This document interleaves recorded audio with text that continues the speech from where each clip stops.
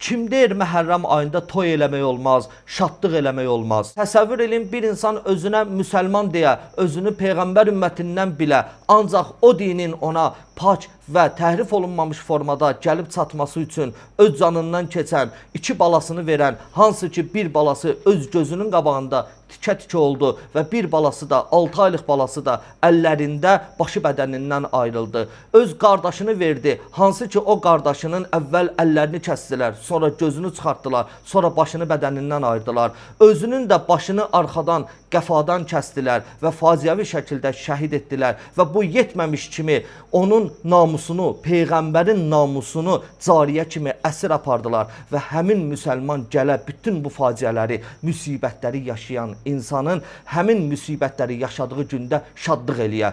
Bu İslamdandır. Bir şəxs, halbuki həmin şəxs Peyğəmbər ciyərparəsi idi, Peyğəmbərin nəvəsi idi, balası idi.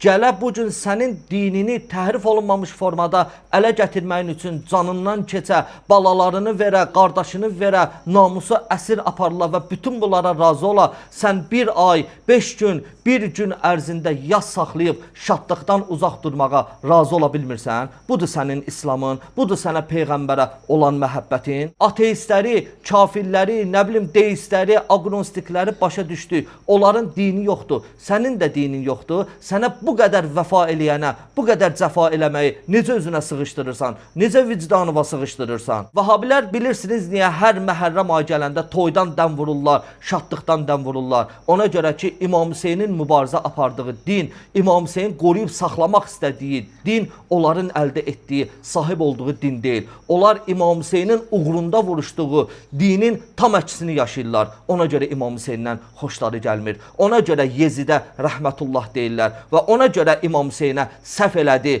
fitnə saldı müsəlmanlar arasında deyirlər.